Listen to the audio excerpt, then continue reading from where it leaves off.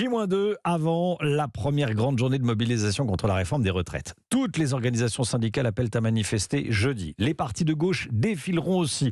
Doit-on s'attendre à une démonstration de force dans les rues du pays? William Molinier avec nous. Bonjour William. Bonjour Romain.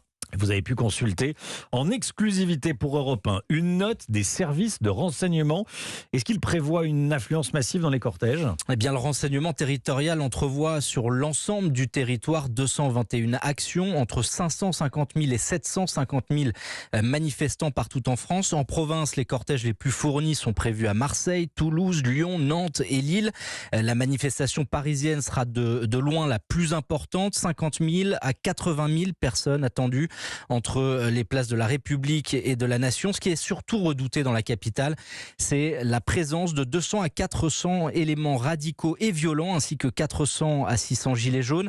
Ils devraient se mobiliser en ordre dispersé, mais probablement de manière significative, peut-on lire dans une autre note du renseignement parisien.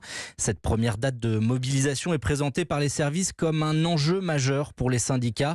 La mobilisation de jeudi doit donner le ton et montrer l'état des forces. Une inconnue, la participation des jeunes et des retraités et un point de vigilance particulier, la présence des syndicats de police dans la manifestation parisienne.